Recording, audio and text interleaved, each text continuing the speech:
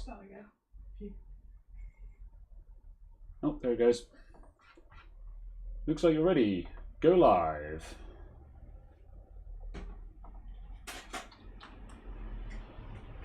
All right. I need the video. View on YouTube and mute. YouTube. And I need the pop-out chat. Hello, hello, everyone. You can hear the squeak of the old stools. You're wrong. Over there. I went, you're wrong. Wait, that's the wrong camera. We have new stools. You can hear the squeak of pleather. Pleather, yes. However, I can wiggle now. I can slowly adjust myself on the stool. Right, and zoom. Enhance. Oh look, we can get the perpetrator's reflection from the screw in this license plate. Right. Wait, there's more. Okay, I think we're ready. Hello, hello, everyone. Oh, I don't want incognito. I just want a spare tab just so I can open stuff. That'll do. Okay, we're ready. Hello, everyone. How are you all doing? I went to look up there again. Bloody hell. How's everyone doing? We made it. Good afternoon. We were so close to being on time, and then I got involved in something else and was late again.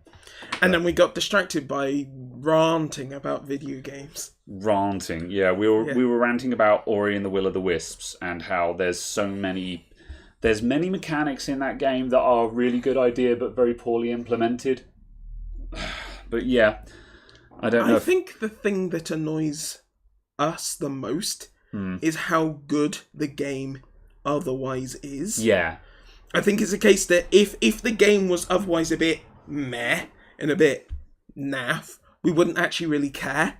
But I think it's a case of because so much other stuff is so good, it's just kind of a case of going, I want more. I want you to be better. I want you to be perfect because so much of the rest of what you're doing is good. Yeah, pretty much. It's one of those things. Yeah. I guess they can only... Whoops, that was not scrolling. There we go. Right. Did anyone walk in? No, the door is locked and the phone is off. I turned the phone off. I was like, there will be no phone calls. There will be no contact. There will be no phone calls. Right, yes. Hello, everyone. There's probably some familiar names in chat. Hello, Postal. How's it going? You stopped playing Ori? You got stuck? Yeah, well, that's how we got talking about it, because Caradog was saying, I'm stuck on Ori and the Will of the Wisps. And I was like, yeah, there was a few sections that I had trouble with on that as well. No voicemail. Yeah, the thing will pick it up. Whatever. Let's see. Right. You vote we buy Hugh a Hawaiian shirt. Do you own a Hawaiian shirt? You're a shirt kind of guy. You strike me as the kind of person who would own a Hawaiian shirt, at least one. I can actually confirm that all I own are herringbone shirts. Is that called herringbone, that design? Look at me. Do I look like I know what shirts are? Hey, I mean, look at you. You've only got the correct number of holes in your clothing. In your clothing. Oh, no.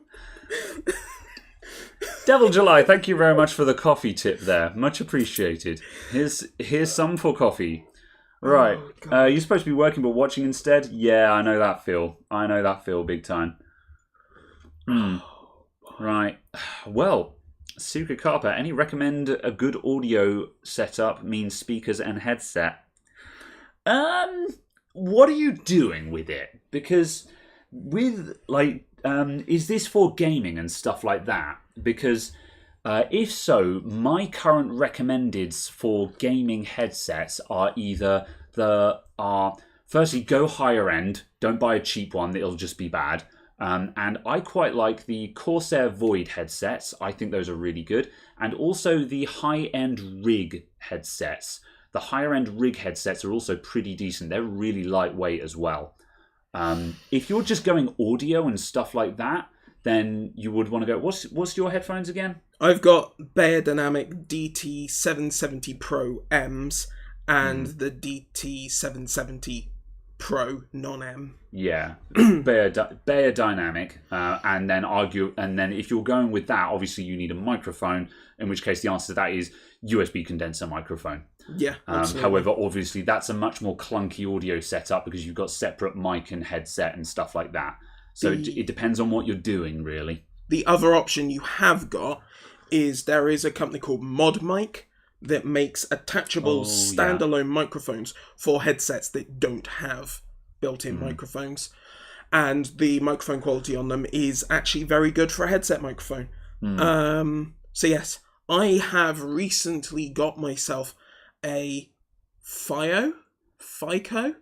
I can't remember exactly what it is. K3 USB DAC. And... Oh yeah, I remember you getting that. How have you been getting on with it? You're looking... Yeah, it's fine. It's fine. It's very much a case of, I think it was something like 130 quid, something like that. And can you hear the difference? Fine. Yeah, can you hear the difference? That's the thing. Kind of. On a couple of bits for a couple of specific things, maybe a little bit. But overall, no, it's not really any better than the sound I was already getting out of. Hasn't changed your world. But no, but I also didn't expect it to. Yeah. I also had no expectation of it changing my world. I just got it because it was a good recommended USB DAC. And I was like, this comes highly recommended. Let's get one. Let's see what they're about. Let's see if they're actually any good. Yeah. Because all these people who are like, oh, audiophile. And I'm like, can I actually hear a difference? And I'd say I have average to slightly better than average hearing. Because I pick up on stuff going, oh, that sounds a bit crashy. Oh, that sounds a bit dead. Far more often than other people seem to. Yeah. But also I can't really tell a difference between that and I had some Asus USB 1 that I can't remember what it was called, and also just running sound straight out of my Dell monitors. Yeah. I was going to say, what we should do is we should get that in the shop, and I should pick out the trashiest motherboard I've got in here with the trashiest onboard audio, the absolute worst case scenario. Yeah, absolutely. And plug your Bayer Dynamic headphones into that, and then plug it into the USB. Then plug it into the USB one on a really good built computer, so we know that there's no CPU bottlenecks or something like that. So we can go from, like really good headphones, absolute trash audio to, to the USB DAC, and see if we can hear the difference. I mean, like we're both men of the world kind of thing. Like, we're not audiophiles, but I think both of us like to think that we can hear the difference on quality audio. I think that I don't have super high quality stuff, but also I listen to my headphones and I can hear their limitations, so I know what good sounds like. And and that would be interesting because I think I can appreciate that buying a good pair of headphones is going to give you really good audio. I think I'm more interested to know whether it's actually, is it actually worth. Because often when I'm looking at motherboards, I'll look at the audio circuit and I'll be like, oh yeah, that's got decent audio on it, or oh, that's got really trash audio.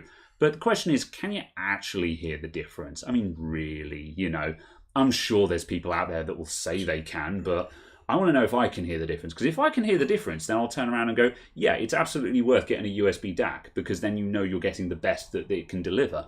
But if I plug some Bayer Dynamic headphones into the trashiest motherboard I can find in my shop, and I can't hear the difference, I'm going to be like, no, it's all in the headphones, Yeah, I think part of it for me as well is just the fact of I hate onboard audio now.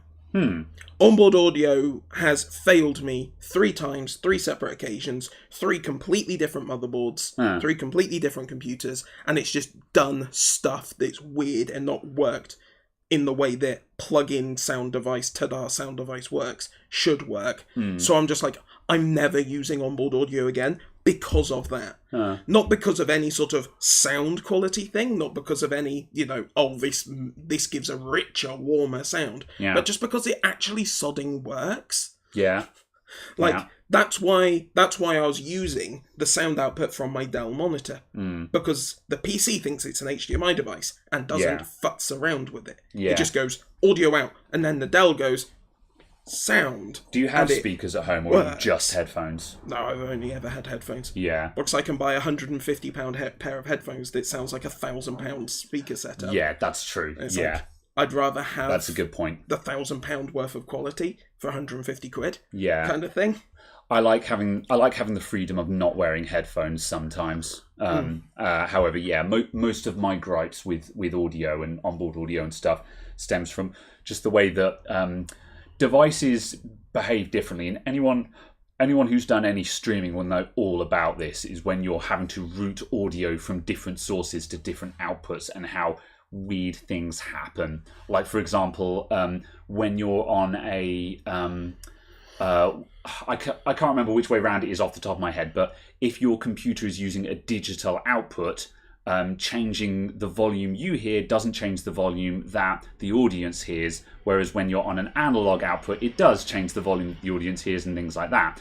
But these are all stuff that you can get around just by knowing it. But yeah, on the other hand, though, I'm always switching between... I have a Corsair Void Wireless at home, and I'm always switching between that and a set of analog speakers.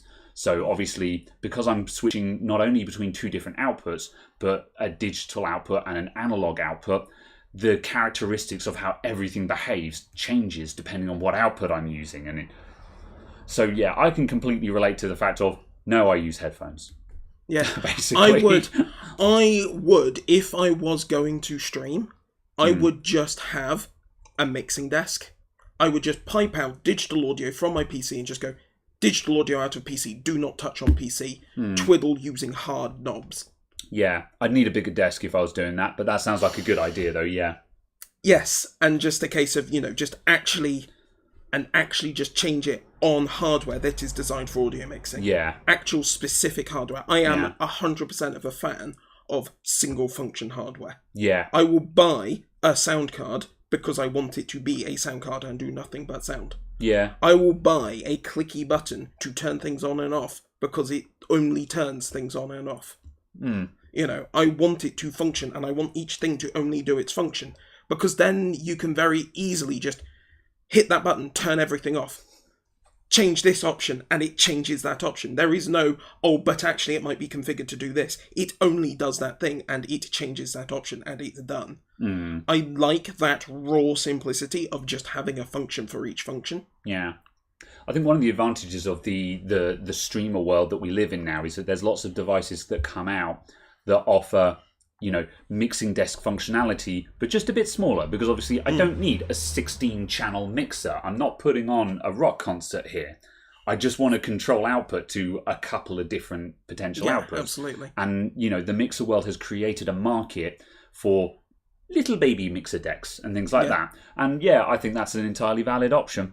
Yeah, So, absolutely. It's, oh no, I've completely forgotten what it's called. Hello, Mahu Gaming. Sorry, carry on. I've completely forgotten what it's called. But it's an XLR interface, which does lots of mixing and effects and stuff in it. But it's a device that only does those things and then passes out the effectively processed sound for you to then do stuff with. And it's just like, I like that because it just goes, here is the outputted sound. There is nothing else that needs to happen with this sound. Send to audience. Done. And I like that kind of simplicity. And also it means I can just take that output and plug it into anything. And I know it will be almost identical everywhere. Yeah, that's fair. So yeah. THQP, recommendations for super low profile RGB keyboards. You'll be a little... it's the RGB is what makes that tricky. Have a look at Logitech, because they still make low profile keyboards, and they probably have low profile keyboards that are backlit. Don't know if you'll get RGB, but you can probably find one that's got a white backlight if that's all you're looking for. Oh, yeah, I've forgotten whatever their top-end wireless one is. It has some sort of mechanically typed switch in it, and is a reasonably low-profile one, but is also like £300 for a keyboard. Oh, it's not the one that Jay's 2 Senses got, is it? Yeah, I remember that. I remember looking at that video going, that's a really slick-looking keyboard, but his conclusion was also, this is a really slick keyboard, but it's horrendously overpriced. But it's one of those things where it's just like, it's the only one like it on the market, so they can kind of charge whatever they want for it. Yeah, exactly. And it's kind of, I guess it's a case of going, is the feature set and so on worth the massive amount of money that they're charging me. Yeah. I think it's under their gamer side as opposed to their normal side. Yeah, probably. So it's under G. But hypothetically, the Logitech K740 is a low-profile backlit keyboard. It's also 80 quid, which again is daylight robbery for what it is, but that's a low-profile backlit keyboard. It's not RGB, but it is backlit, and it'll be a white backlight as well. And I want to find out what that gamer keyboard is now, because I know exactly the one you're talking about. And I remember looking at it going, I think you'll have to look awesome. at the G site. Yeah. There was an option somewhere on there. Collection. Collection, yeah. Collection. No. Nope. Type Logitech gaming keyboard. You can read out that super chat while I look for this. I can. Okay. I was going to say, come on, I'm sure you can manage that. That was a very simple request. No, that's fine. I failed on the dramatic emphasis. Ewan gives us £5, shockingly, for some reason. Just wanted to show some appreciation for the great content you put out. Loving the live streams too. I'm amazed that this counts as great content, considering I think we've well trained the audience. Your charisma there was astonishing. I like it how it took you quite a while to start reading it, because I went back to looking at the website and I'm like, no, seriously, could you read the live chat? I'm trying to find the thing. But yes, thank you very much. Greatly appreciate it. And yeah, I'm glad you're enjoying the live streams. We seem to be doing a good professional idiot act at the moment, which is the main thing. G413, someone says. Ooh. I'm looking for it. I would expect much higher numbers. I'd expect it to be like a G999. Yeah. Oh no, I think that's just what he's got. The G413 is just a generic. That's mechanical though, which isn't what we're looking for here. Well, he wanted. Didn't he say something like low profile mechanical? No, he just wanted low profile. He doesn't like the feel of mechanical, is what he said. Which is legit. You know, some people are just like, some people don't like mechanical. Yeah. I'm good at reading. Some people just ain't into it. I can't find it. Someone find out what Keyboard J's 2 cents has got. He did a video on it, but yeah. Exactly. The 915, no idea. Is that Putin on the coffee mug, sirs? It is not. It's One Punch Man, I'll have you know. One punch! Okay. And he said, okay, yep. So yeah. Oh, here comes Luke Page. What's up, Page? How you doing? I too, for some reason, decided to throw money at you. Thanks for the content and the insight. You're a baddie, Paige, and I love you. Don't worry, we're friends.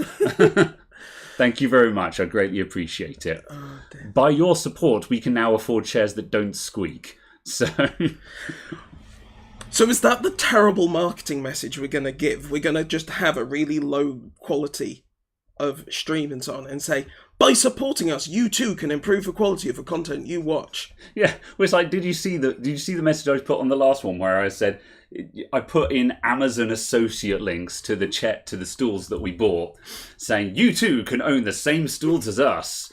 By the way, we've literally just ordered these. We don't own them. We don't know if they're actually any good. You know. Yeah, basically. Good. Yes. Right, let's get back on topic. Michael Roberts, I'm thinking of building a games computer for my grandson for Xmas. Where do I start? Start by picking a budget. Yeah, yes. Start by picking a budget. That's a really good line. And also, I would say that try and push for more than £500 equivalent.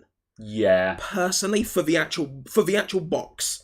For the tower. The actual tower. Yeah, the tower. £500 plus around £100, £150 for a monitor. Then, keyboard mice can be £100 or less, because you can get really good keyboards and mice for 30 quid each. So yeah, 60 quid.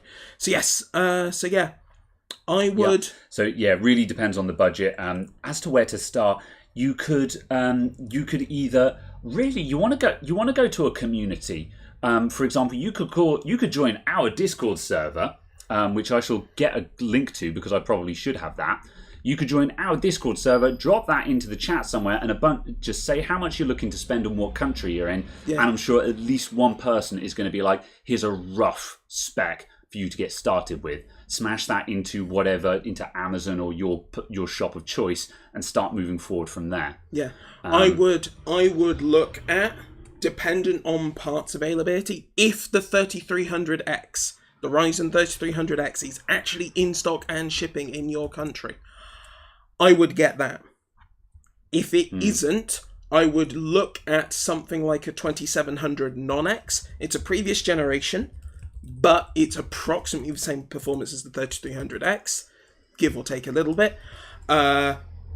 Then you could quite easily get away with basically any A520 motherboard. They are cheap motherboards, and they're aiming to be cheap, so they're not fancy, but they are cheap, which means you can spend more money, more of your budget, on getting something like a 1660 Super or a 2060 Super if you're buying right now. Or and it gives you a little bit of budget for some RGB gaming streakers. Shiny. Streaks. Yeah. Strips. That's the word. Yeah. Oh God, English. And you can kind of build from there. So that's roughly what I'll be looking at. If you've got more money and you're kind of going, it is purely a gaming machine, and then not going to go from there, look at something like a Intel i5 10600K, some Z490 motherboard, 16 gigs around, the usual kind of other specs around that, and I'd guess... Yeah, a lot of this really just depends on budget, really. Otherwise, we're going to sit and list through possible specs for every single budget. Yeah, but it's kind of, that's where I'd be looking as a minimum. Yeah. That's the minimum point I was kind of be looking at, personally. Yeah, that's fair. I agree with that. Or a case of, if you're willing to chance it on availability, is you can look at new stuff like the 30 series and the new Navi 2 stuff for 6800 XT, 6800. If you're willing to chance availability before Christmas. Yeah. If you're kind of going, I have to have it before December so it can go somewhere else. Yeah. You're gonna have to look at previous generation stuff, most likely. Or at least, certainly on the GPU side, because Ryzen 5000 stuff is coming out in 6 days. You can look at it in 6-7 days. Yeah, and then I think it's worth. If you're there. thinking of building now, I think the first thing to do is to wait a week and see what the Ryzen 5000 series looks like on release in terms of availability and price.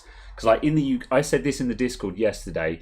The taking the 5800X as an example, the 5800X is going to it was listed to be $450. Now, right now, by the time you've put UK tax and stuff on that, it's going to end up being £450. And you can get a 3800X for £330.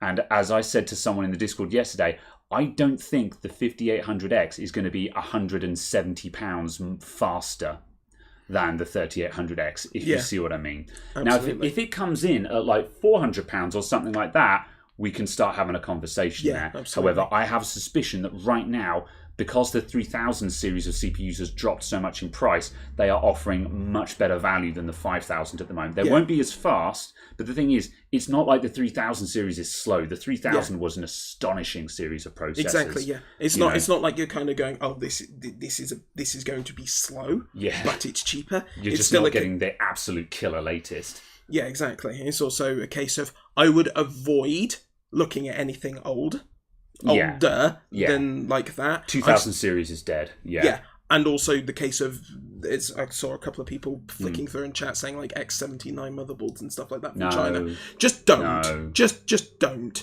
You will get better performance than you can possibly build out of that system from a 3300X. Yeah. Don't just... HEDT, unless you're actually doing something very special, like actual enterprise workstation stuff, stay away from high-end desktop. And that, like, if you're a mad lad with unlimited money, sure, knock yourself out. However, if you're actually looking for bang for buck, that's not in HEDT. Stay the other way. Yeah, exactly. Thomas Lomas just threw in $20 and said, "Love the content." Thank you very much, Thomas. Shocking. Much appreciated. Yeah. Was there something else? No, I think we're still good. Let's see. How did you come up with Adamant IT? It's not Adamant. It's adamant, the word. To be adamant about something. That's it. It's one word, contrary to popular belief. Hello, Irish Bull, by the way. Adamant. Let's see. Also, someone else also said thank you for the video about fixing raw partitions on hard drives. You're most welcome. I did spot that message. Thank you. Yes, I think the other comment out of this is was saying that like X79 and so on in Ryzen 2000 is dead. We're saying that from the point of view of buying it as a brand new machine today. Yes. Don't get me wrong. If you own it and it does what you need now, you don't need to upgrade. Just because something new has come out, it doesn't mean you need to buy it. Yes, Just because something has come out and is new, it doesn't mean what you have is invalid and is not suitable anymore. Absolutely good point. That's not what I intend. When I said Ryzen 2000 is dead, that doesn't mean that if you own a Ryzen 2000, then your computer is obsolete. What I mean is just don't buy one today. You know, certainly not. Yeah. Certainly not at higher prices, if that makes sense. Certainly not at the £400 mark for a processor. There's lots of people going sort of, oh, look, you can get a 2700X for only like £140 or something like that. And it's just like, no, spend a little extra and get a 3600 because then you're on and the current, well, still at the moment, the current generation kind of thing. Yeah. So yes, when I say this is all dead, I don't mean that that's not quite what I meant. But it's not a case of you have to go out and replace this kit. Yes. It's just a case of don't buy get into it now. Don't get misled into buying it. Yeah. Is more of a point. I mean, certainly like the cheap Facebook computers that pop up and stuff. Yeah, absolutely. You know, where they'll sort of go, oh yes, it's a 10 gigahertz processor. Yeah. Because it's got 8 cores, Yes. You know, X speed. And it's just like, that's not how numbers work, but okay. It's kind of like if you're buying graphics cards right now, it's just like, don't buy a GTX 10 series graphics card. I've got a 1070, and it's great, and I don't need to replace it. It's a brilliant card. However, don't buy a 10 series graphics card today. You know, buy a 16 or a 20 or a 30 if you can find. You get the idea. Yeah, it's certainly a case of if you're buying older stuff like that, you have to be very careful on the price. Yeah, you have to make sure that you're getting a relevant price. And to me, a relevant price is it's second hand, and I'm paying a third of retail value, kind of thing. Yeah, exactly. I mean, like I personally wouldn't be spending more than what £150 on a 1080. Yeah. You know, I wouldn't spend more than £150 on a 1080. Even if its performance is higher than that price, because it's now 3 generations old, I wouldn't want to spend that much more on it, even if the performance profile doesn't match up with the pricing like that. Yeah. So, yeah. The GTX, Ravneev says, are 1660-ish, 580-ish GPUs dead? I don't think so. Now the Radeon 500 series generally punches above its price tag in my experience. The 570 and 580, it's old silicon, but they're still pretty quick, and you know, just straight gaming cards, they're pretty good. They also seem to dodge all of the AMD driver issues, to the best of my knowledge. As far as I know, I don't know, like, people with 5600s and 5700s and Vega 64s have had issues with drivers. However, as far as I know, the 500 series dodged all of that, so they seem to be absolutely fine. The GTX 16 series seems to be very strong at the moment. I've not run any as daily drivers, but based on everything I know about, like, the benchmarks they come in at and the current price tags on them, they seem to be very strong graphics cards. And also, they're very modern as well. Like, I had a 1660 Ti in here the other day, which we put into one of my friend's computers while he waits for a big graphics card. And, you know, it was a case of, it was a modest graphics card, probably worth about, I don't know, £200 or so. And I'm like, this is a really nice card. It's got a really nice RGB twin fan cooler on it. And it's got a single 8-pin input to it. It's a really nice presented card that I think looks really smart in a computer. Yeah. It's the kind of graphics card that you'd want to own, as opposed to some low-end cards. They're like sort of the super compact ones with just a plastic shroud and a single blower on it. And you're like, well, it's probably okay, but it's not a very nice graphics card kind of thing. I'm sure, you know, maybe it performs well enough, but it's nothing that I'd be proud of. But the 1650 Ti's, is there a 1650 Super? Yeah, 1650 Super. Yeah, the 1650 Ti Super and the 1660 Ti and Supers, they seem to be really nice cards, and they seem to be really good bang for buck for 1080p gaming. Yeah. Don't buy the Ti versions of them when the Supers are 99% of the performance at 75% of the price. Agreed. Basically. Yeah. The Ti is not worth the extra money unless the extra money is 1 unit of currency, 2 units of currency. Yeah. Kind of thing, Yeah. because the performance profiles are so similar. Yeah. That I'm amazed that for some reason they're still continued products. That's true. Yeah. I'm hoping that when all of the 30 series are out, we will have a much cleaner product stack, because the product stack is a bit of a mess at the moment. Absolutely. I'm half imagining, though, that we're not going to see anything lower than a 3060. I'm kind of imagining that it will just stop at 3060 and that's it. I will take a 3050 if it cleans up the bottom end of the product stack. And by that, I basically mean the GTX 16 series. I mean, I literally just said how they're really good cards, but also it really annoys me that the 16 series exists at all. You know, it frustrates me that they didn't just do... maybe... I hesitate to say that maybe they should have just called it a GTX 2050, you know? And been like, you know, we can't call it an RTX because it doesn't have ray tracing, sure. So just call it a GTX 2050. That at least would have put it in the 20 series kind of thing. So the product naming convention made sense. And I don't know. Yeah. But yeah, I think it's a case of they just wanted the 20 something to mean has ray tracing. Yeah. They wanted it to mean that. Yeah. So yeah, of course, the uptake on the 20 series just wasn't what everyone wanted it to be for multiple reasons. I would like to see something like a 3040 that is actually new silicon, but at the bottom end, to replace all of the 1020s, 1030s, sure, 1030 GTs, yeah, 710s, all of that. Just bin all of them, get rid of them, pull them out of the driver stack, and just go 30 series and up, new driver stack. That's it. All that's supported is 30 series and up, and it's all Ampere core. Yeah, I don't care how they do it. Just clean up the product stack is what we're saying. I would pay more money for that, for it to be Ampere 10, 3030. Yeah. Then I would, then even for like a 1050 Ti. Or... I'm sure they've got some bottom bin stuff that they could just slap onto a card and say it just about works. Yeah. I'm sure that's doable. I'd take that.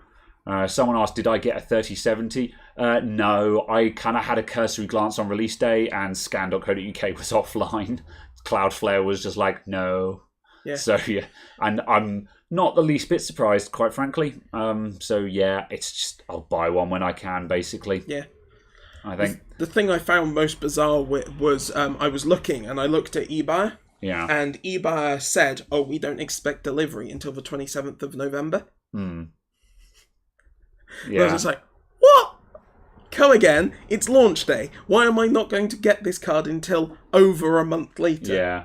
It's just like, so you don't have it then, is what you're saying? That's the thing. People are just like, sort of, it's a long delivery time. It's like, no, it's not. You don't have it. Yeah. Delivery time, it's just like, this is the new world. Delivery time is 12 hours unless you're rural or whatever, reasonably, if you're in the Western world, delivery time is 12 hours. So it's just like, if you can't deliver it in under 12 hours, you don't have it. Basically, yeah. So just, get out of here with that noise. At least the courier companies will do 12 hours. So if you say, it will take 2 days, then it's kind of a case of, that's warehousing as well. But it's just kind of... Is the 5500 XT worth it? I can't remember if the 5500 XT is any good. I think it's fractionally faster in raw gaming speed than the equivalently priced Nvidia thing, but it comes down to do you want an AMD graphics card or do you want an Nvidia graphics card? Because by performance it will be a hair faster. The same with most AMD graphics cards. That looks about for price right. Comparison. I wouldn't risk it just purely because I don't trust the drivers on the RX 5000 series. Apparently the latest driver seems to be good, so it might be that AMD have cracked it, but this is very early. I saw some guy say that the new driver is actually stable. And I think that might have been Postal with his Vega 64, which is obviously a worst case scenario. So yeah. Let's see. Oh, client. Oh, that's fine. The chat is back. For a minute, it was just like, oh, you're disconnected. There's lots of things going on. I'm just going to back scroll a little bit to see if I missed anything. Yeah, absolutely. But yes, it's a shame because, as I maintain, there are no driver problems with AMD. I've had a 5700 XT since release, and I have had literally zero driver issues. And it is genuinely the case that I dodge every single issue that people say, oh, it affects all of these things. Oh, it affects all of them. I'm just like, I managed to dodge that every single time. Yeah. Who knows? I do think Nvidia really screwed up and potentially hurt their reputation with the 3000 launches. They've been a shambles. Well, they have legitimate excuses. We talked about this last week, and apparently, like, the demand, it's not just that they didn't have enough. They had more than ever, but, like, the demand was, like, unbelievably higher than it has ever been for any release ever, kind of thing. Yeah. They were up against an impossible situation. However, I do think possibly the issue here is just kind of the lack of a response of what are you doing about it, kind of thing. In a sense of, like, what I think we need them to be, what people need to hear is we need them to say, we are producing this many cards a month and we are distributing them thusly. So here is our projection for how we are getting the cards out there to people, rather than just saying we're working on it, kind of thing. And I don't know if they were doing that already because I don't hold them. But this is kind of like the problem that the Fall Guys had with hackers when that first came out. Is they kept saying we're working on it, and we're just like, but when though? When is your patch coming out? That's what we need to hear. When is the patch? And this the thing is, it's just saying that you're working on it doesn't help anyone. We know of course you're working on it. Yeah, that goes without saying. What we need is an ETA. So all the people that are sitting there with their wallets open going, I'm waiting to build my computer. When can I build my computer? You can, if you say, look, it's going to take us 2 months to fulfill these orders, then I can say, fine, I will either buy a different graphics card or I will close my wallet for 2 months. Yeah. However, when you're just saying we're working on it, that doesn't help me judge whether I should build today or in 2 months, kind of thing. So yeah, that's the thing. I understand that they were in an impossible situation, but yeah, absolutely. You gotta give us something to work with. That's the thing. I think it's the case that with the also the sustained demand, just because there has been sustained high demand all year, and because there's been high demand all year, and there hasn't been a quiet time, they have had no opportunity to build up surplus stock. Yeah. So yeah, it's kind of. I mean, it must ease at some point. At some point, surely, the rush will die down. Well, it was like with the toilet paper shortage at the start of lockdown. I was just like, at some point, everyone is going to say, "No, I've got enough toilet paper stashed in my cupboard. I don't need to buy any more." At some point, everyone had 200 rolls in their ironing cupboard and was just like, no, I'm not going to buy it as soon as it hits the shelf. I've got enough. At some point, someone is going to say, I've got my 30 series card. I don't need to buy it. Yeah, so, absolutely. But yes, I think, I think either what's going to happen is it's going to be a case of the demand decreases, or that fabs see such a continued demand and for long enough that they have time to ramp up. Not to ramp up, they're already running it probably 100% anyway, basically. But a case of actually new fabs come on board. Actual new fabs get built. Oh, I see, yeah. If this demand maintains for another year, this level of demand, we'll see more people making more silicon. So the capacity to manufacture increases. So the effective relative demand reduces. So that's what I'm expecting. Fair enough. So it's kind of... I have no idea. Yeah. A couple of people said you should do a proper water cooled build. I do want to do that, actually. I really want to get into custom water cooling. The problem is it's really expensive. Yeah. However, I want to do some really cheap ass custom water cooling loops. Yes. A couple of people, one guy from the Discord He picked up a cheap Chinese water cooling loop setup. It cost him like £80 refurbished with a radiator, pump reservoir, and a CPU block and some hosing for it. And I'm like, I want to get in on that because it's not going to be the best water cooling, but it just means that you can try it out and you can get into it. Because we did that. I've done one water cooling build with Caradog on his one, and I used to be into water cooling. I used to do custom loops. This was back in like 2005 though, and I really want to be back in on that scene. It's a really expensive scene to be on. That's the problem. Yeah, absolutely. And also it's expensive to do for virtually no benefit unless you're doing balls to the walls overclocking, which I can't be bothered to do. Yeah. The thing I am going to do is I'm probably going to buy a bunch of stuff from AlphaCore soon. A bunch of water cooling stuff from there, just because they have a B stock website. Oh, right. So they sell off their B stock. That sounds cool. And I'm just going to buy basically all of the stuff off of their B stock website and just see what happens. All right. Because it's like, this one has a dented fin on the radiator. And I'm like, oh no, one dented fin on a radiator. Yeah, I don't care about that. Please take off 97% of the price. Okay. Okay, I will pay you £6 for this radiator. Is that actually the kind of discounts we're talking about? One of them was like £6 or something. And I was just like, yeah, okay, I'm going to buy that when I get home. Okay, you got my attention then. Because I was going to say, the problem is a lot of refurb stuff is like 5% off kind of thing. Oh, like, no, it's and like... you're like, okay, that's slightly cheaper, but that doesn't solve the core issue of it being very expensive. Yeah, but it was like 40, 50, 60% off in general. Damn, bro. So I'm just like, I'm going to look at all of that stuff and buy a bunch of that stuff. Yeah. They had an interesting case on there as well, and I was just like... All right, yeah. Let's grab this. Let me know. Because I'm interested in that. And it's like... Also, I just want to quickly reply to Luke Page's comment about that. About is an ironing cupboard that something that everyone has. I meant the airing cupboard. Like where where your hot water cylinder is and stuff. I just couldn't remember the name of an airing cupboard. So yes, I called it an ironing cupboard because an iron is also a hot thing. It's one stands laundry. One stands in the cupboard in irons. Yeah. Like the ironing room. Yes. Do you not have your room dedicated for ironing? Yes. Do you not have the thing on the wall that has, your little iron mount so you can hang your iron up in it? I wonder if Nvidia will use TSMC 7nm. I thought they were, but they're using Samsung 7nm. Samsung 8mm. Samsung 8 nanometer. Yeah. Nanometer. Yeah. Although there was a rumour that came via DigiTimes saying that Nvidia is going to swap to TSMC 7nm for 2021. I don't know how much credence I put in that or how much weight I put in that, only because I'd imagine that 100% of TSMC 7nm is bought by AMD for PS5, Xbox Series X, Series S, Ryzen 5000, and Navi 2.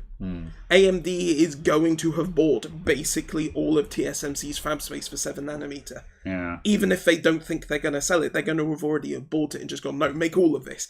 All of it. Literally everything. Yeah, especially because also AMD knows that when they have excess of stuff, they can just spin up a B version of it, like the 3100 and the 3300X. If you've got an excess of stock, you can just literally bill it as just a slightly cheaper thing and just flog it all off, and it'll sell like hotcakes. Yeah. So literally, it's just they can't have too much fab space. That's not a problem that they can possibly suffer. Yeah. 5nm, they're experimenting with it. All of 5000 is 7nm, isn't it? Yeah. 5nm, they're gonna have. I think they're going to struggle with that because of heat density. 7nm is having issues with heat density as it is. No idea. Yeah. We've not seen products, so obviously can't particularly the reason why I say that is just Ryzen 3000 CPUs. They are surprisingly difficult to cool. They're not. I say difficult, but they're not as easy as they should be. Because considering you have chiplets in the CPU, it should be really easy to get the heat out of the chip. But it's surprisingly difficult because of heat density, which is a problem that normally I would say you'd have with Intel because of the monolithic die. Where on an Intel CPU, the reason why the Intel 9th gen was such a hot pocket was because you had an enormous amount of wattage in a tiny, tiny little square right in the center of the chip. And you had to extract like 200 watts of heat from a tiny 5x5mm spot in the middle of the chip. That's why they were so difficult to cool. Not because of the amount of wattage. The heat wattage is easy to deal with. We've got great coolers. Yeah. But you've got to get all of that heat out of such a tiny spot. That's the difficulty. Yeah. AMD, with their chiplet design, you've got the heat coming from multiple points on the chip. So you shouldn't have that issue, right? But the problem is that those multiple points are even smaller than the Intel is. So that's the issue. And I think that's going to be a big enemy of 5nm. All of TSMC's 5mm fab space has been bought by Apple. Oh, yeah. For the iPhone and the iPad. All of it. All of it. All of it.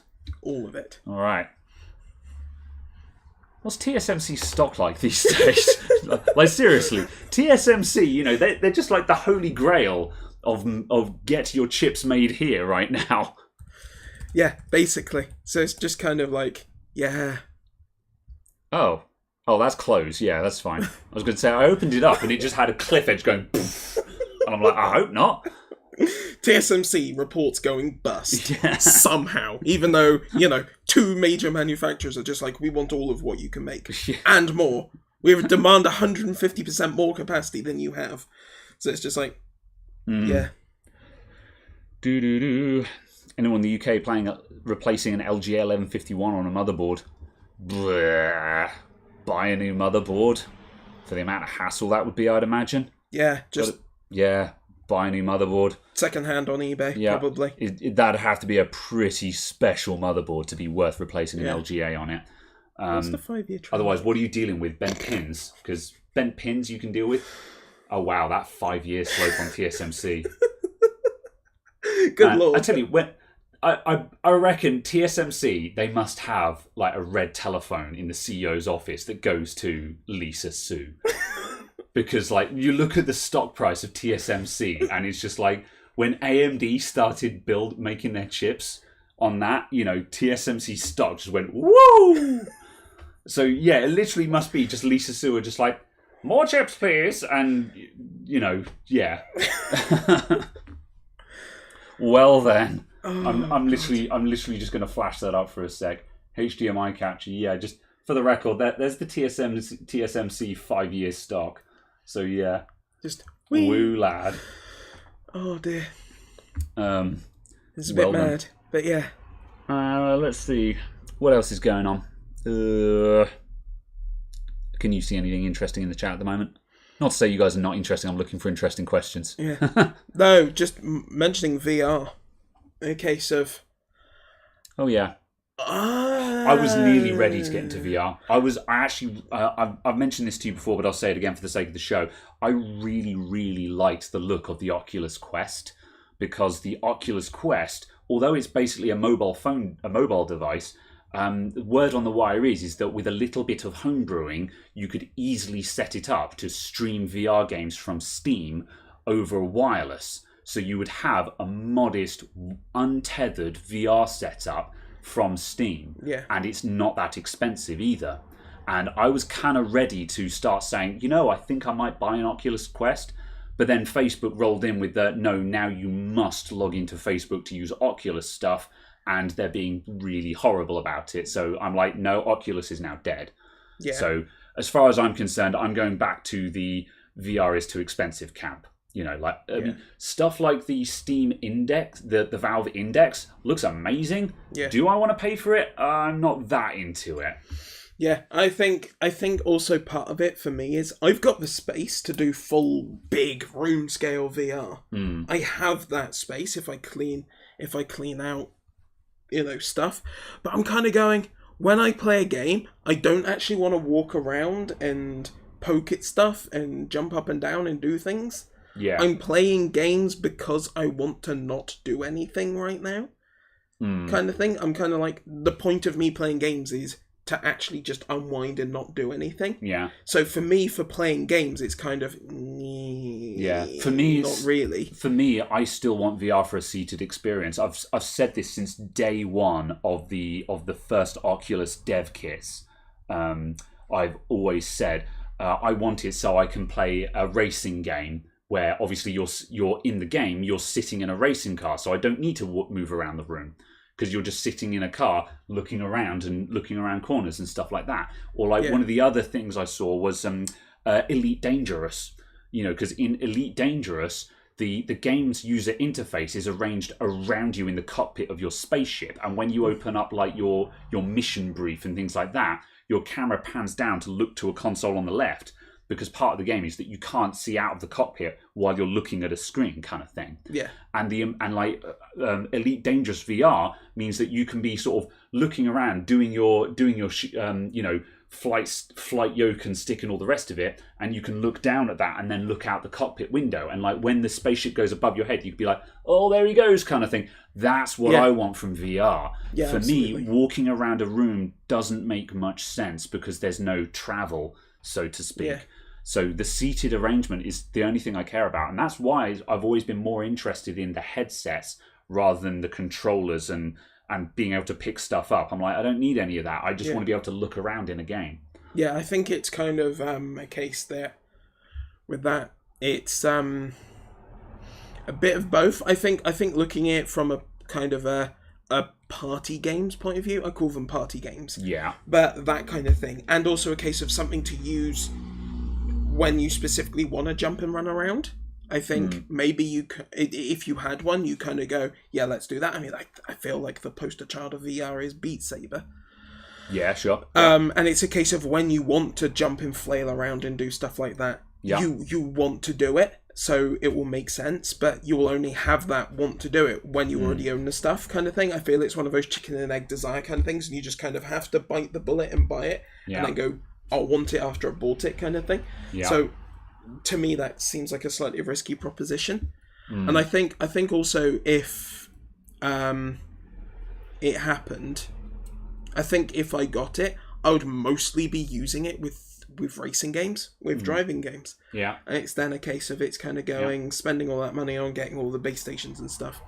Seems kind of like a waste. Yeah. So I'm not sure. I don't know. I don't know if I care. I think another good use of it can sometimes just be stuff like VR chat as well, which might seem really paltry to some people, but like certainly in these uncertain times where we're not allowed to go and see our friends, and also just the fact that these days a lot of us, we got friends who are from all over the world and we can't meet up and hang out together. And stuff like VR chat actually has a lot of mileage in it for being able to sit in a virtual house party looking at, you know, especially like in the furry community as well, where they've all had their characters made up. You don't have to take it there, but you can if you want. However, you don't have to take it in the furry community. There's just a high probability that you will. You're terrible. However, what I was going to say, and now you're going to feel awful, is, I've got a friend who their sight is about that much, basically. That's about how far they can see. So obviously for them, even with whatever glasses you like, they can't see more than that far in front of their eyes. Yeah. However, put a VR headset on and they can see to infinity. Yeah. And so for them, VR, obviously they're like, with a VR headset, I can see. Yeah. How about them apples? Kind of thing. Absolutely. No. And so that's the thing is, and Paige brought up an interesting thing where Paige said sort of, for me, I would use it too much as escapism, and it would be too much escapism, vicious circle of not dealing with real life because you want to escape too much. Absolutely. The struggle is real, and that's the way it is for all video games to an extent. You've got to do everything in moderation. However, to a certain extent, obviously, you can do that to achieve the things that you can't do in real life. But also, sometimes you can do that to alleviate real life as well. You can get that stress, you can get that relief of saying, I hung out with friends in VR chat and I had a really good time, and now I'm relaxed and I feel ready to face work and stuff like that. Because that's exactly what rest and relaxation is supposed to be, is to relax enough that when it's time to go back to work, you're like, I'm rested and I'm ready to get some work done, kind of thing. Yeah. So yeah, as I say, there's lots of mileage in all kinds of aspects of that, I think. I very much like it. I just haven't got round to it. I think that's ultimately the answer. Yeah. I just haven't got round to buying it. Yeah. Because I'm waiting for one to be affordable enough that I can impulse buy it. Yeah. I know I'm gonna buy one, but I just haven't got round to it. Yeah. And it's kind of also the case where I keep kind of going, or I could not spend the money. Yeah. Kind of thing. And it's all of that. So I'm just like, yeah. Yeah. I haven't actually seen Ready Player One. However, we're never going to have anything like that anytime relevant. Maybe in 100 years or something. Who knows what the future holds? Not in our lifetime, basically. Yeah. It's also my disappointment is how mediocre they made the film compared with all of the potential in the book. I heard and read enough about Ready Player One to look at that and go, I don't care, and didn't watch it, basically. But yeah, it's a shame that they went kind of with all of the story and so on. So yeah, but people, yeah, let's see. It. There was a couple that I saw. Yeah, whatever. Talk about PC repair businesses that con people. I'm not going to get too much into a discussion about that. However, yeah, one of the frustrating things about the PC repair business is that there are a lot of cowboys out there. There's two quick things that I'll say on this, which is why I picked it out before we move on, because I don't like talking smack about other businesses. That's not professional, in my opinion. Instead of criticizing others, I'd rather work on being better myself, kind of thing. However, the two things that I'll point out is, it's very frustrating because a lot of the time you have someone who is not local to you and has a problem with their computer, and you want to say to them, take it to your local computer repair shop. This will be a doddle for them to fix, but you don't know if their local computer repair shop is a cowboy or not. Yeah, really annoying because there's lots of times where you like someone's computer, it just needs a BIOS reset, but they have no ability to do that themselves, and you're like, literally any computer repair shop can fix this in 5 minutes, but you don't know if they're going to get charged £100 for it. So that's frustrating. And the other thing as well is also to sometimes keep an open mind, because everyone's got a horror story about someone. And that's the thing. It's just like now and then I have a falling out with a customer, and there's going to be people out there who will say, I had a terrible experience with Adamant IT. And they probably did, because the job went wrong. It happens. Now and then jobs go wrong. And the customer service level that you provide was abysmal because something happened. The job fell apart. Something went wrong. And it happens. We don't like it, but it happens sometimes. So the other thing as well is to always keep an open mind when you've heard about things. And it's the same as anything. When someone says they had a terrible experience with something, be skeptical and say, what happened? What went wrong? Why do you think it was a bad experience? It's the same reason as why, when I get comments on sometimes I get comments on the YouTube videos and people go, amateur. And generally speaking, literally, I have literally someone said that today. There was a comment that just said amateur. And I generally don't engage with it anymore just because I've got better things to do. But one of the things that I want to say is to be like, why do you think so?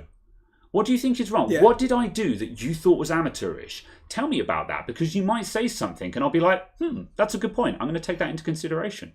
So it's like, be skeptical, but have a conversation. Yeah, absolutely. That's my inspirational speech for the day. And I think just to piggyback on the back of that is if you are saying something isn't as good as it could be to someone, have a reason. Yeah. Actually say what is wrong with it. Yeah. If you can't pin a reason, maybe it's not terrible and it's just not for you, kind of thing. Yeah. So, there's kind of those two things. But if you are providing critique, try and actually have a specific thing. Yeah. Let's see. A monitor mount for 3 27-inch screens. Oof. I don't know if such a thing exists. Personally, if I were trying to mount up 3 27-inch screens, I'd go for 2 mounts. I don't know if I would trust a single mount to take that kind of load. I also probably, just for me, because I'm me, would go with 3 single arm mounts anyway. Yeah, I have to admit, dual arm mounts just hack me off now.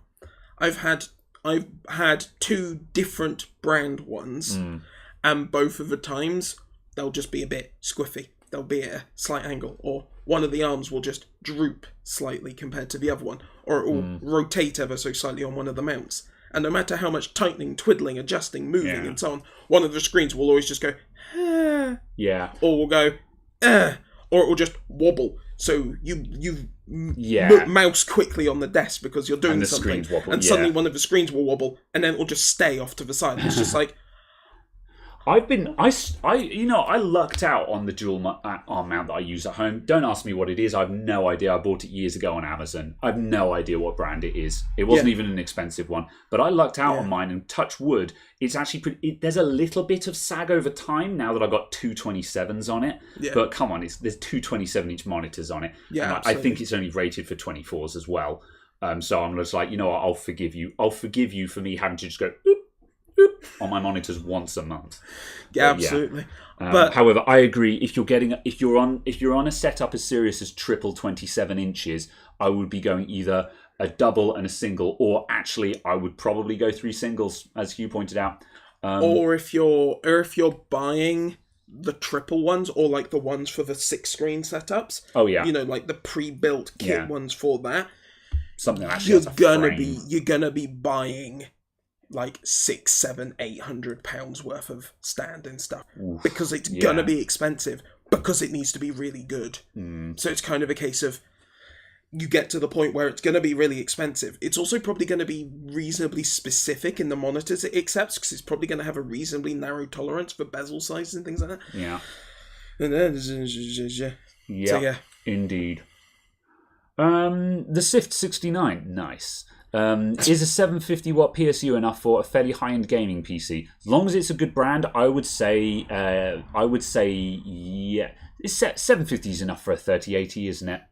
If we've decided, or are we going sort of? I think so. 800. I'm just trying to remember actual power draw figures. Same I here. think the 3090 hit 400 watts. Yeah. So it's a case of anything. So 400 watts on that, we'll say, is a round figure. Plus, we'll say a round figure of 200 watts on your CPU. So that's 600. You're at 600. So 750. That's rounded up numbers. So 750 is going to be fine. Good quality 750, absolutely fine. Yeah. And by good quality, so, Corsair RMX, B Quiet, Seasonic, FSP, decent brands. And EVGA's higher end stuff. At least 80 plus gold. Because if you go for a bronze on that, it's going to be a hot boy at 750 watts. Yeah, so exactly. Basically something that's got a 80 plus gold badge on it. Let's see. Andy Dawson, I missed my question. I'll miss a lot of questions here, I'm afraid. I do what I can. Yeah, absolutely. So you might want to just bash that in again, because it's scrolled off the screen, and I'm not going to scroll back for it now. Let's see. So someone's saying about a 550 watt bronze for 3070. I've not seen actual 3070 real life power draw figures from someone other than Nvidia. Yeah. So I couldn't particularly comment. I would guess that, again, if it's a good bronze PSU, it might be okay. But I've not seen hard and fast figures. I think it will be, because if we extrapolate, so again, this is an estimate. We have not looked at hard figures. Yeah. If the 3090 is up to 400, then let's say that the 3080 is probably going to be 350 to 400. So the 3070 is probably not going to be more than 300 realistically. I would peg it at 300. Yeah. For ease of maths. Yeah. So let's say the 3070 is probably going to be around 300 watts. Take that, slap another 150 on for a modest CPU of the same kind of area. So that's 300, 450 on your CPU and your graphics card. On a 550, that gives you 100 watts left over for overhead. So again, as long as it's a good quality one. Yeah, as long as it can actually do 550 on the 12 volt rail. 550 on the 12 volt. So look at the side of your power supply, and you'll see that table with all the figures on it. You'll have 3.3 volts, 5 volts, 12 volts, 5 VSB, and so on. Look for the plus 12 volt, and make sure that it's doing at least 550 on the 12 volt rail, kind of thing. Yeah, absolutely. I have, if you want to know more about that, I've got a video called Why This PSU is Crap, I think. Yeah. I'll look it up while we're talking. And that is a video where I actually explain how you can look at the side of a power supply and make a rough judge of if it's any good or not. So yeah. You do the super chat while I look that up. WB gives us £5. The algorithm blessed me with your videos. Love watching them, dude. Keep up the good work. Blessed. Good lord. You sound like Big Man Tyrone. Is it Big Man Tyrone? You know the guy on Fiverr? Do you know who I'm talking about?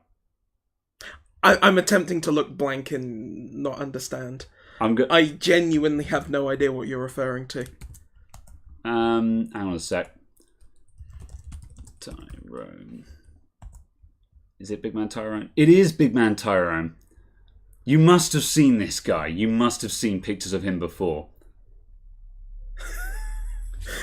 You can pay him, you can pay him he's not a Fiverr anymore because he's a superstar, but he used to be on Fiverr, and you could pay this guy, a Fiverr to do any kind of speech. You just sent him the text and he would read it out with a picture on the monitor. And he's just got a particular attitude to him where he's just like, you will buy this today and it will make your life very good. Kind of thing. And your mannerisms sounded a lot like Big Man Tyrone. It made me chuckle. So yes, we cut. He's probably got Eve content. We're not looking up. He does. I know, because I suddenly remembered, and I was just like, yeah. Someone commissioned him to do Eve video stuff. Okay, yeah. I was just like, yes, I suddenly remembered that. As much as I would love to, we cannot sit and watch Big Man Tyrone videos right now, though. No. Right, we should probably go back and read the chat. Absolutely. Cool. Right. Let's see. 3090 with a Core 2 quad? No. Moving on. No. 3070 is around 220 watts. Really? Okay, that's lower than I thought it would be. According to Captain White, it's about 220 watts. Obviously, check other figures as well. One man on the internet is not a source. No offense, Captain White. However, sounds like it might be lower than we thought. Let's see. 3070 total consumption for a 3070. Okay, see, that's a much different figure. That's a very different figure. 370 watts. Although, wait, 370 watts total consumption. Is that 370 for the whole computer? That sounds more like it there. I think it's a case of still very much a case of you need to actually look at specific figures for that specific card. Yeah. So, Has my FX 8350 and R9 280X got life left? Well, as per previous things we've said, if it does what you need it to do, then yes.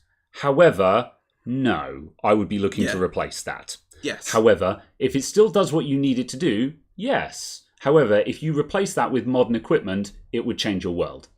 Yeah, absolutely. I would presume, and I'm purely presuming, that an FX 8350 could be replaced by literally anything in the last year and be faster. Just a case of we've had that much progress in the past couple of generations. 4th gen Intel destroys the FX series, and that's obviously 2014 hardware. So basically, anything you buy today will basically destroy your current system. Have you ever used a metadata USB swapping ISO host used for housing ISOs both? No.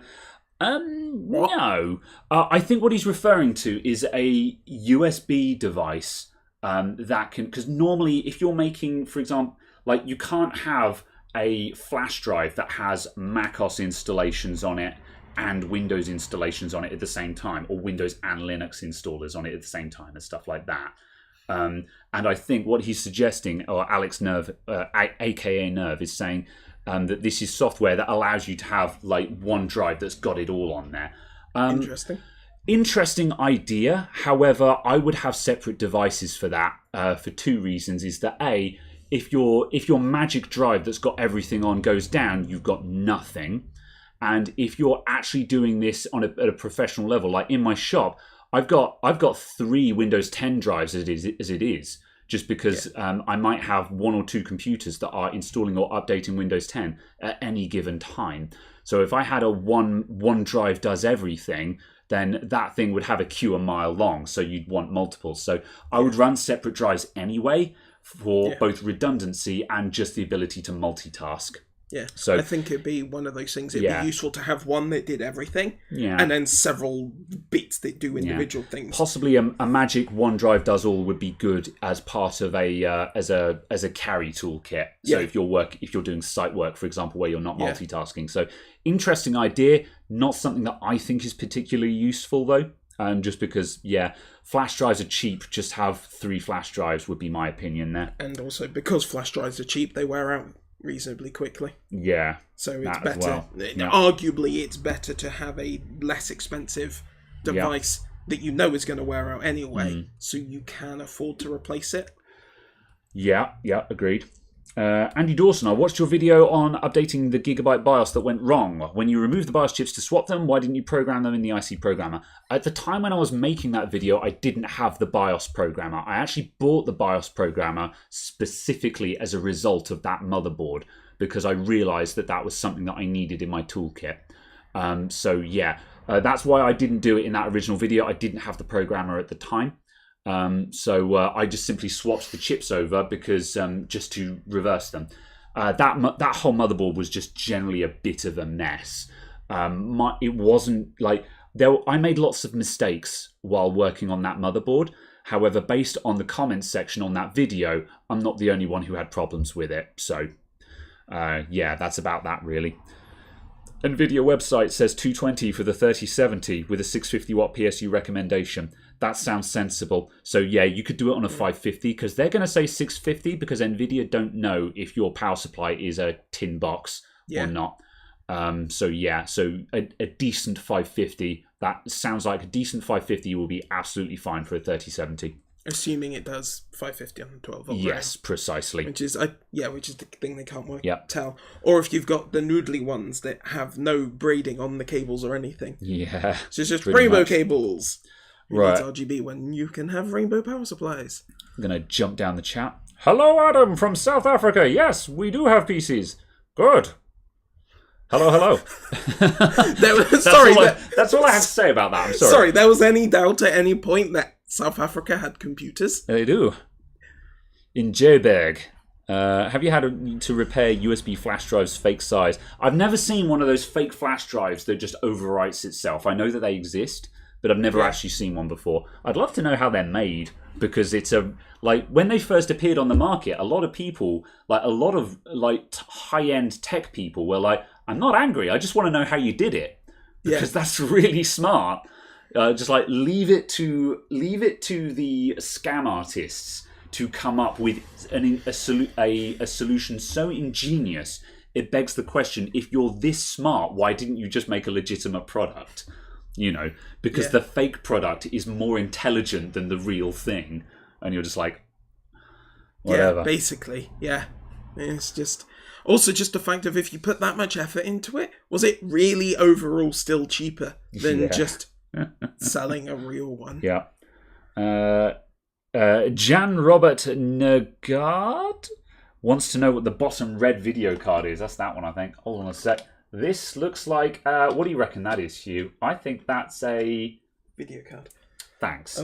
I think it's an AMD. I think it's a 9600. I have absolutely no idea. Neither do I, because it doesn't say on the label. Am I going to Google search these numbers? Well, it's got S-Video out. Yeah. It's also got a Discord badge attached to it at the moment. I tell you what. Find something interesting in the chat. I'm going to find out what this card is. It's AGP as well, actually, I just noticed. Hey. Yeah. Good lord. That makes it reasonably old. Yeah. Man. I can just about remember when AGP 4 graphics cards came in. I remember it was before I had an actual computer that would care about, the improved performance and stuff from AGP. But I just remember it being a thing in the magazines I was reading at the time, and people just kind of going, oh my god, faster graphics cards. And also just the fact that it was no longer it was bidirectional, so you could have communication happening in both directions at the same time. And just stuff like that, just being shock, horror. But yes. Neither of these numbers mean anything at all, so we'll never know. Actually, I could take the cooler off. I'll take the cooler off. Oh gosh, we're going deep down the rabbit hole now. Yeah, apparently that's what we're doing. But the rabbit hole has been if you expected a structured professional show, you're in the wrong podcast. Absolutely. But yes. Yeah. Sambo sends in a super chat of Leet. Cool. I still think Leet is cool. It's 13.37. I get it. Yes, I think that's awesome. Of £13.37. Would you ever consider changing your name to Adam via Depol to prevent any further confusion? No. Oh, you've actually cut it. That also says Nvidia. I didn't cut it. They're push pins. I thought you cut off the pins. Yeah. Oh Lord. No. Oh. What kind of savage do you think I am? However, I was completely wrong. It's a GeForce 4 Ti. Wait, what? That's what it says on the chip. GeForce 4 Ti. Oh my God. Or did you know it's actually pronounced Ti? This is kind of like a GIF thing. Nvidia have. Did you not hear about this? Nvidia said it's pronounced Ti. Nvidia said it's pronounced Ti. But it was short for titanium. Yes, Ti. I'm serious. I'm dead serious. Nvidia said it's Ti. I guess. I guess. Yeah. But still. And everyone collectively did that thing that Nick Fury did in Avengers Assemble, where he said, I have heard the council's decision and I've decided it's a stupid decision, so I'm not going to do it. Yeah. So everyone universally said, we hear you, Nvidia. We're still going to call it a TI. So yeah. Yeah. Oh, man. Okay, so yes, the 1660 Ti. Yep. Yep. Okay. I mean, I guess it sounds like a real fighter of a graphics card. Anyway, it's a GeForce 4. A real fighter. Well done. Hey! I'll give you a golf clap. There we go. But yes. Also, just remember when GeForce 4 was also a chipset. That was Enforce. Oh, Enforce. Yes. Enforce. Yep. Remember when Enforce were chipsets? Yeah. They were also... Enforce chipsets were baller, man. At 25 watts. Probably, yeah. And the only way you could get SLI was with your Enforce 400 chipset. Indeed. For the whole 6 people in the world who cared. Yeah. Hello, G-Lord. Have you ever had a death micro SD card that was not recognized in Windows or other OS? And if you successfully recover data from it? Thanks for Amazon affiliate link for Bench PSU. You're very welcome, and thank you very much as well. Dead micro SD card that's not recognized in Windows or other OS. What are you dealing with here? Is it appearing as RAW, or does the computer not see that it's connected at all? Or is it seeing a storage device of 0 megabytes? If you got like RAW or something like that, that's something you might be able to deal with. If it's seeing a removable disk of 0 megabytes, you're screwed. And if it's not detected at all, you're probably screwed. I am not a data recovery specialist, but basically, if you're seeing a 0 megabyte drive or nothing at all, then you probably need to send it to a lab. So Drive Savers or whatever data recovery company you want to use needs to go to a lab, basically. And at that point, you need to ask your client, how badly do you want that data? So, yeah. Also, something backups. Something. Yeah. Well, it's easy to say that, but people don't. Oh, absolutely. Yeah. But it's a case of saying it now for people who hopefully don't need it now. Friendly reminder, everyone in the chat, do you back up your computer? If you don't back up your data, you don't have your data. You never had your car. Yep. You never had your... That's exactly what I mean. You never had your data. You never had your computer. Hands up in the chat who knows what that's referencing. Let's see. Oh, Nvidia is wrong too. Titanium is Latin and should be pronounced Thai like Tim. Should be Tim or Tim. It's a T. T. I don't know.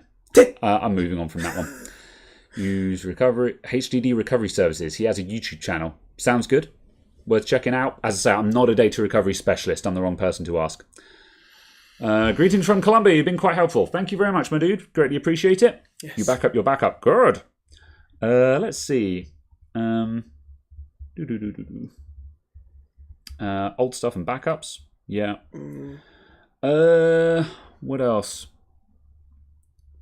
That's everything that's in chat at the moment. Is there any news at the moment?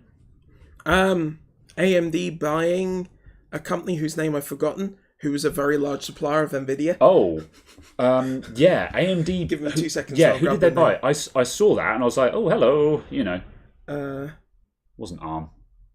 Shit. Oh no, where's it gone? Who did they buy? AMD bought. I saw that as well. AMD bought by Xilinx. Xilinx. Yeah. Yes. AMD bought Xilinx. Why?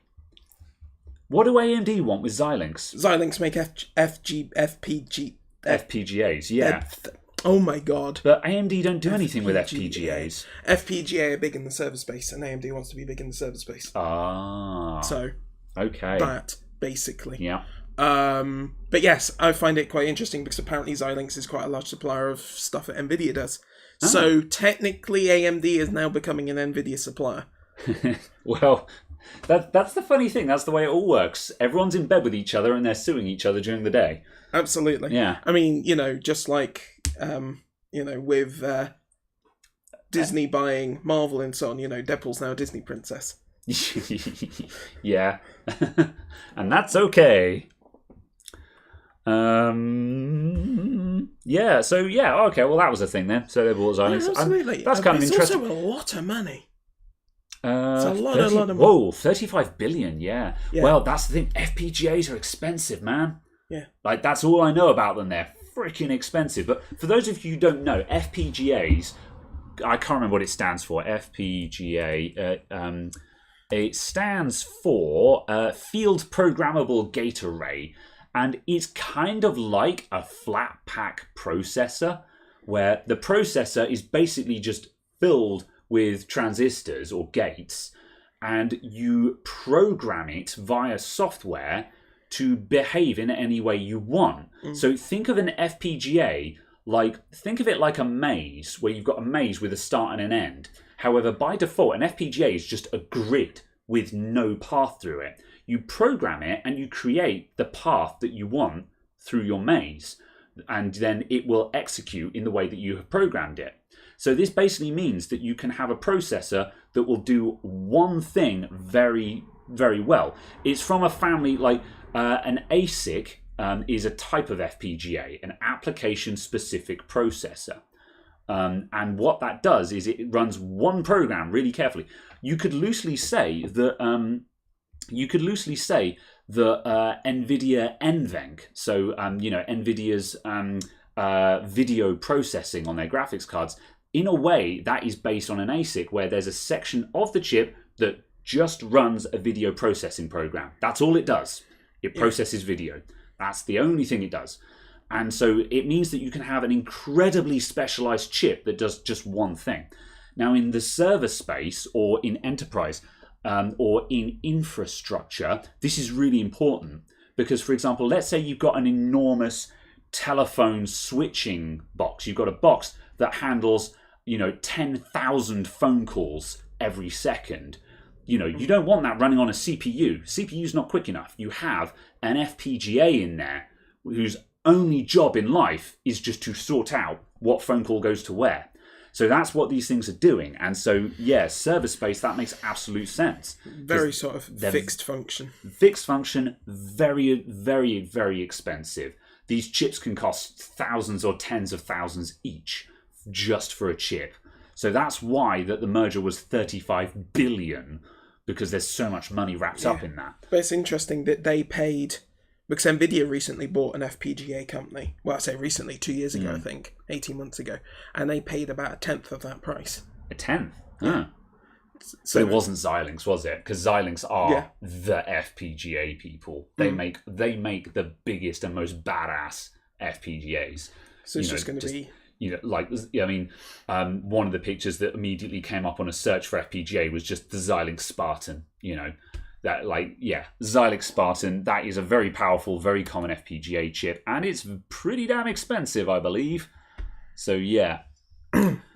Yeah. And then obviously Nvidia got ARM. So yeah, that's obviously Nvidia's move into potentially. that. Well, yeah, if it gets approved, I assume. I don't know how that's going to go, because it's kind of a case of ARM are very much a neutral party in the entirety of the processing world, and it's kind of going to be interesting to see how they can wrangle that with the regulators to maintain that kind of neutrality, and to how they're going to kind of guarantee that neutrality going forwards. So, yeah, it's I don't know. I feel that getting the regulator approval is going to be more difficult than Nvidia stumping up the money. Yeah, that's fair.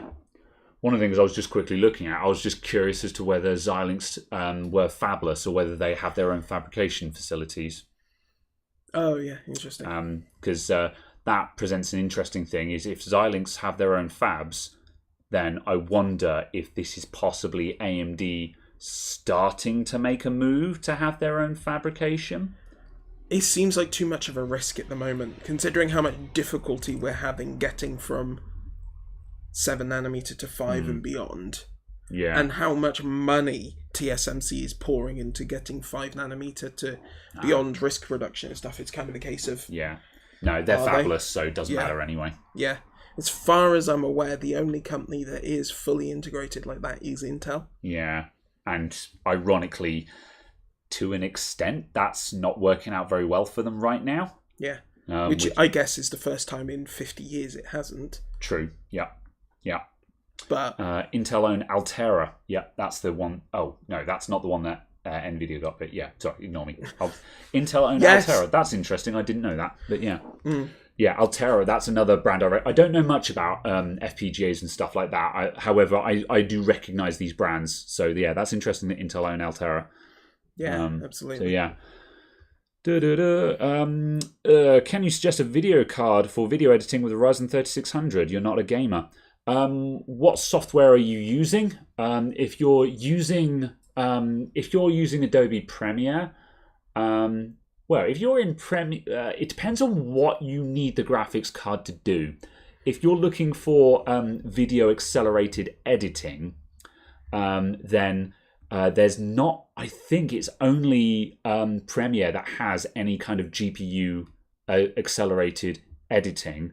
And that will only be with certain GPUs in very certain situations. The long and the short of it is not enough to be worth it.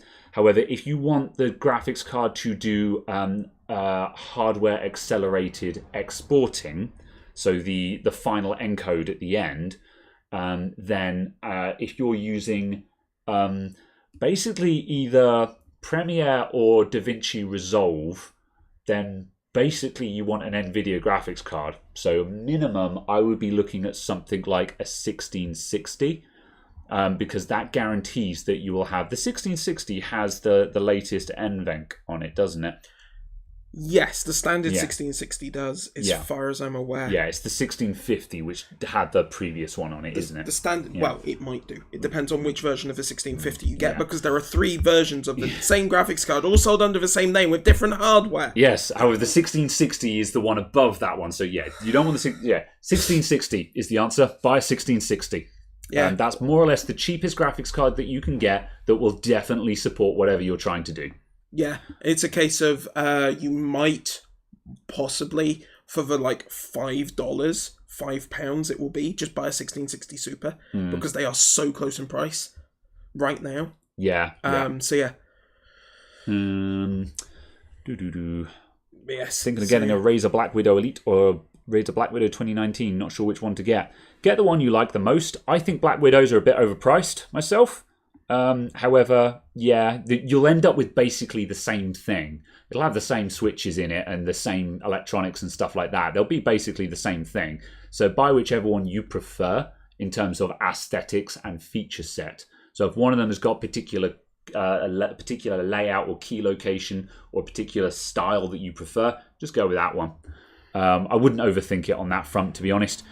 Keyboards are not worth overthinking unless you're getting into the custom keyboard space and you want to get very specific switches and stuff like that, in which case you wouldn't be buying a Razer anyway.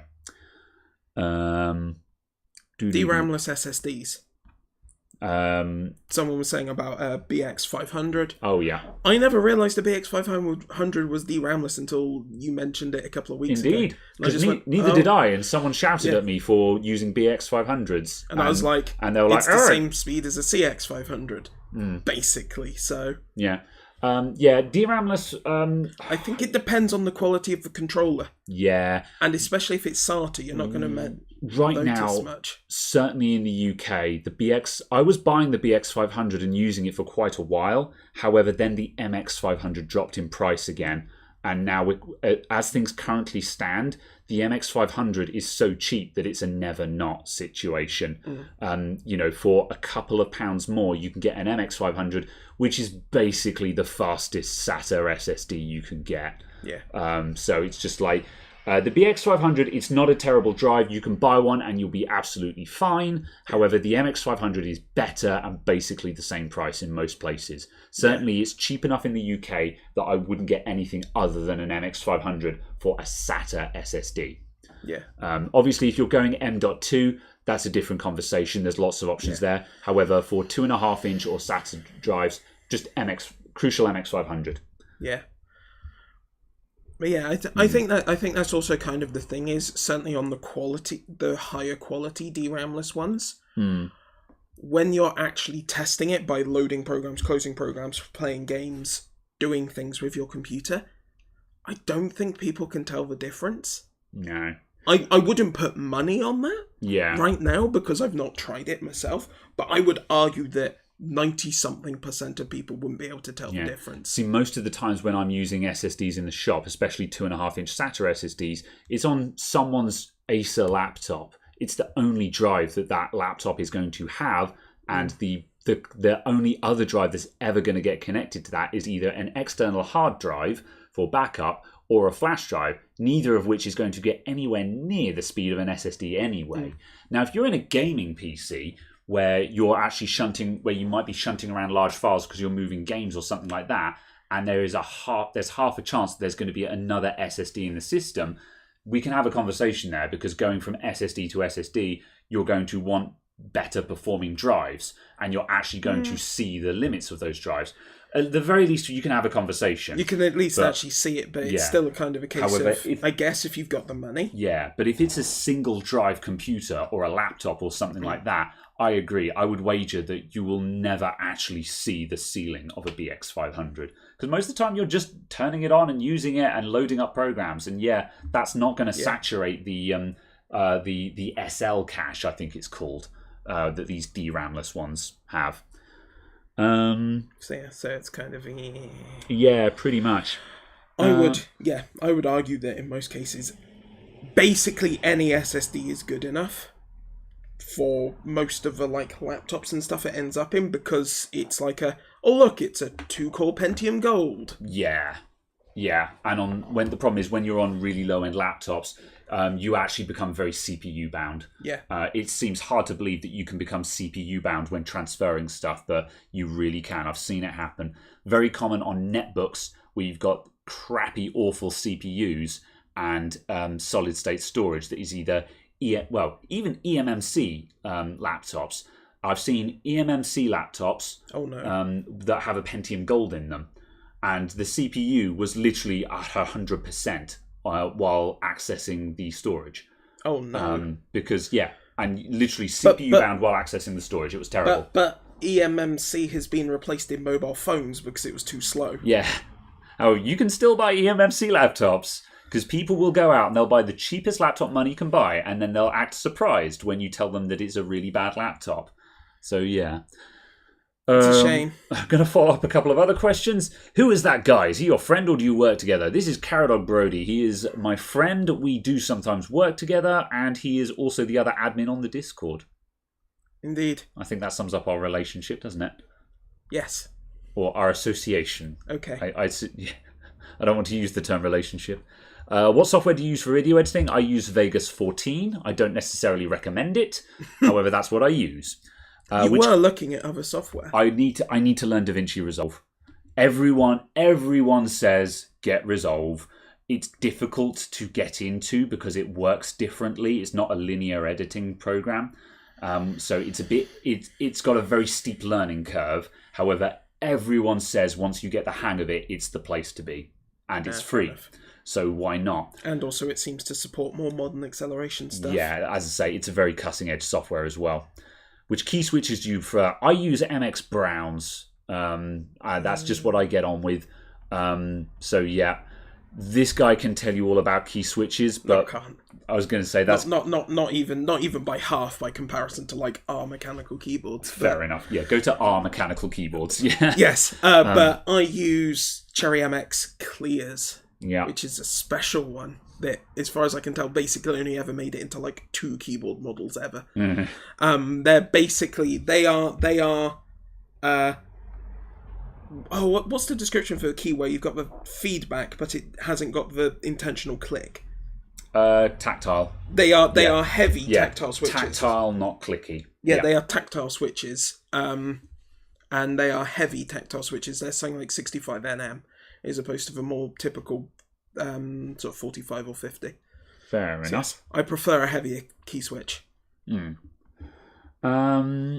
Recently experienced the 2011 iMac HDD to SSD nightmare.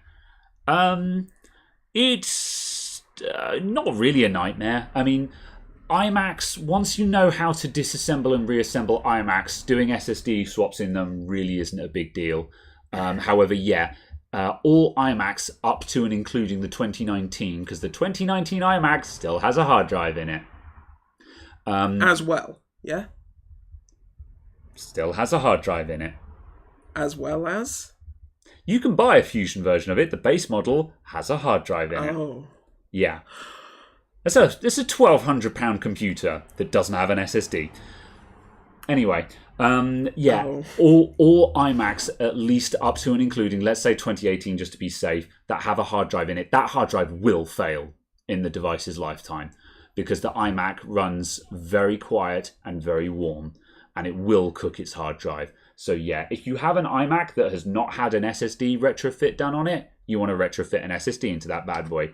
And yeah, it's the first time you do it, there's a lot of gotchas to it. But yeah, I wouldn't say it's a nightmare, but then I've done so many of them now that it's easy peasy for me. However, yeah, I have seen it. I make a lot of money putting SSDs in iMacs. Let me put it that way. I do very well on those. Let's see. My graphics card has a noisy fan. Is that possible to fix? So do you mean as in it's spinning fast and making a lot of whoosh, or it's buzzing because the fan is shaking? If it's making a lot of whoosh, that is potentially a thermal issue, so you might want to just clean it out or adjust your fan curves. If it's actually buzzing because the fan is wobbling on its axis and it needs a new fan, it's really hard to find replacement fans. Usually when I do that, I just hunt around for an old graphics card that has a fan that's the same size, and I just kind of bodge it on somehow. I've got a video where I did that on if you search my channel for a 280X, I'll bring up the video now actually. I have actually done a video where I did this. Yeah, there it is. Let's open that up. I have a video where I did that. It's quite a long video because I did lots of investigations into that fan. But if you want to see how graphics card cooling works, that's a very interesting video that I've just linked in. It's up to you. It also depends on the graphics card because I know that for some of the 5700 XTs, they had pin pad fans, so you could literally just go and just pull the fan off basically, and the entire assembly would come away with just 2 screws. And yeah, you could just lift it away and you could just buy a new one off of, AliExpress or Banggood. Okay, yeah. And just go, ta-da, 2 screws, replaced. Yep. So it's a case of it very much varies by graphics card to Fair graphics enough. card. Yeah. But some of them, they've actually gone, fans fail after a while. Yeah. Let's make it easy to replace. So, yeah. Sometimes they do. It depends on what kind of life the graphics card has had, and sometimes it is just luck of the draw as well, I suppose. Though. Well, it's the only moving part, so it's kind of a case of mechanical failure is likely. Yeah. Oh, you cringe when people say they intend to bootcamp Windows on their Mac and run Flight Sim. Yeah. Just don't boot camp Macs anymore. Like, don't get me wrong. I used to daily drive a MacBook Pro. I know all about Apple, and I used to boot camp back in the day. These days, it's a matter of just don't. There's like, if you need Windows, then don't buy a Mac. It's that simple. Yeah. If you need Windows, then a Mac is not the right tool for the job. As soon as you're not running macOS on a Mac, it doesn't make sense to have a Mac. That's all I'm going to say on that, actually. But also, why would you be trying to run Flight Sim on a Mac? Yeah. Yeah. I don't know if there's actually any Macs out there that will be competent for Flight Sim, other than something like a Mac, maybe the iMac Pro, but that's a £5,000 computer. Why would you do that? Well, no, because it hasn't got the CPU for it. No, it's got a Xenon. Exactly. A Xeon. Yeah. Which isn't a gaming CPU. Yeah, but it can do it though, surely. If you're happy with like crappy frame rates and dodgy 1% lows. Bummer. Xeons aren't particularly great for gaming because they're big. And they have lots of ring connections. I know they're not efficient at it, but yeah. So it's kind of a case of their 1% lows are dodgy. Fair enough. But yes. Maybe you could spend $5,000 to get the same performance as £1,000. Yeah. On Apple. Sure. I have a Chinese keyboard and the switches suck. It has Content Blue, so a Temu clone. Oh god, it's got a clone of a clone. Because the Temus are basically MX clones. Which switches can I put in instead? It depends if they're soldered. Most likely, if it's a cheap keyboard, the switches are probably soldered in. However, in all likelihood, can I take this thing apart? In all likelihood, the switches will be of a standard type, where they are just 2-pin switches. And so if you're willing to actually desolder all of those switches and re-switch the entire keyboard, you can basically put in whatever you want. And I'm just going to destroy this thing in order to prove a point, just because then I can actually say, look, this is a keyboard switch. This is what they look like. Oh, God. What do you mean, oh, God? This is going swimmingly well. Now I've got to hold it up to the camera and no one will be able to see it anyway. So here's a keyboard switch. There's a keyboard switch. And on the back of it, as you can see, it's got a center leg. It's got a center dot in the middle and 2 prongs. So it's got 2 pins and it's got a post in the middle. Basically, they all have that same layout, and any switch like that should be a drop-in replacement. However, as I say, quite likely that they're all soldered in. So it's probably easier just to buy another keyboard. However, I tell you what, I'll give. There's a company that I'm talking to get some examples. Sahara Gaming. Sahara Gaming. I don't actually know what you're looking for. Sahara Gaming, yeah. Sahara Gaming. They're a Chinese. Chinese budget brand of case and stuff like that. They have got a keyboard which I really want to get in for review. Sahara Gaming make a keyboard that has user replaceable switches in it. It's a cheap RGB keyboard. It's 60 quid. And it's got cheap replacement switches in it. I'll give them this pimp for free. And so yeah, just a thing. That keyboard exists. It's £60 and you can swap out those switches for whatever you want. They're not soldered. So yeah, hot swappable with Otemu and Gateron switches. So yeah, just a thought. Interesting. Apparently people from Corsair moved over there, according to this gentleman here in the chat, or lady, or... Well, it used to work for Corsair. Oh, really? Used to refer to themselves. Oh, interesting. Yeah. As I say, I've no idea. As I say, I have not looked at any of their products. But I've had an email from them saying, "Would you like to look at some of our products?" And I've replied saying, "Yes, I would like to look at some of your products." You replied to an email? I did. I do reply to some key. I reply to email. Well, I was going to say I reply to key emails when they're offering me free stuff, but I don't always do that. So yeah. However, yes, I said to Sahara Game, yes, I would like to look at some of your stuff. I would definitely like to look at that keyboard because a budget keyboard with replaceable switches sounds really interesting to me. Because the problem is, when you get into the custom keyboard space, you're going to be paying £200 or £300 for a keyboard. Yeah. And now, for someone like yourself who literally smashes the keyboard all day at work, that is probably worth it. But for most home users and gamers, absolutely know they don't want to spend £200 or £300 on a keyboard. So a 60 quid keyboard that is RGB and has hot swappable mechanical switches actually sounds pretty good to me. And I'm like, yeah, I want to see one of those. I'd be interested to compare it to like the is it Orky who make the £30 mechanical keyboard? Don't know. Is it Orky or was it Anker? I can't remember. One of those brands that you've heard of for doing other stuff, makes a mechanical keyboard that's like 30 quid or something, and it's like, I'd be interested to see what the like quality comparison is, because is it a case of I can just buy something that's basically half the price? Orky have one that is currently £45 on Amazon. That's basically going to be the same as the Game Max Strike I've got over there. I bet money it's the same keyboard with Orky written on it instead of Game Max. Maybe. Yeah, that's what it'll be. It'll be the same thing. And most of the, like, if you saw one for £30, again, it'll be that same keyboard. That's what, because again, we had the conversation earlier on about how the problem with a lot of these budget brands is it's literally the same product with someone else's name on it. But you also pointed out how that's not necessarily a bad thing, because each one of these brands that buys the same product from a Chinese company and then puts their brand on it, they will have customized it somehow. It'll have a particular aesthetic or a different front panel or some kind of gimmick that budget company has added to it to make it their own. And that might be something that's appealing to you. Absolutely. So, I mean, I remember from someone who was doing a roundup of cheap Chinese keyboards that a brand called Royal Kludge did quite well. Oh no. Or Royal Kluge. It's actually pronounced Kluge. It's actually Bouquet. Oh, that's but yes, terrible, apparently they did really good. Yeah. In the manufacturing or at least rebranding of a keyboard. So, yeah. On that bombshell, I think we should probably wrap up because it's 5:30. Absolutely, wrap up the Kludge. Thanks for tuning in, everyone. Have we got any last questions that we want to cover? I think we've kind of petered out. I think we're done. I think we're all done here. I'm gonna call it on that bombshell because we've been going for an hour 45. So yeah, absolutely. Oh, apparently Roy Kositsky too.